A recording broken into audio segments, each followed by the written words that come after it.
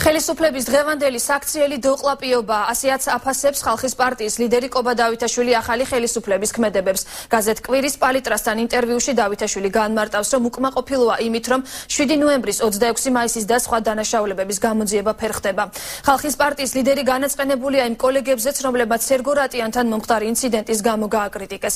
კოალიციის წევრი განსაკუთრებით თინა ხიდაშელის და დავით უსუფაშვილის განცხადებებს გამოყოფს. ჩემი კეთილი რჩევაა თინამ თავი დაანებოს პიედესტალიდან ხალხის დამოძღვრას და ასეთი ტონით ლაპარაკს. ხიდაშელმა განაცხადა, ჩვენი ხელისუფლება ყველა დამნაშავეს სჯისო, მაშინ უსუფაშვილი რატომ ელაპარაკება ბაქრაძეს, ვინც პარლამენტის შენობა განზრახ გაანადგურა. ამას გამოძიება კი არა სამართლებრივი შეფასება უნდა.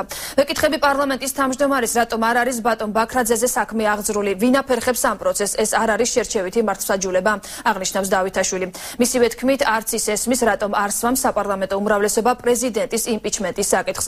დავითაშვილი ვანო მერაბიშვილის პასუხისმგებლობის აუცილებლობაზე საუბრობს და ამბობს, რომ 7 ნოემბრის მოვლენების გამო იგი დასაკავებელია. ამ კუთხით ხელისუფლების პასიურობას კი დავითაშვილი დოყლაპიობას უწოდებს. მეცხრე არხი დაუკავშირდა კობა დავითაშვილს, რომელმაც განაცხადა, რომ სატელევიზიო კომენტარს უმრავლესობის ხდომამდე არ გააკეთებს.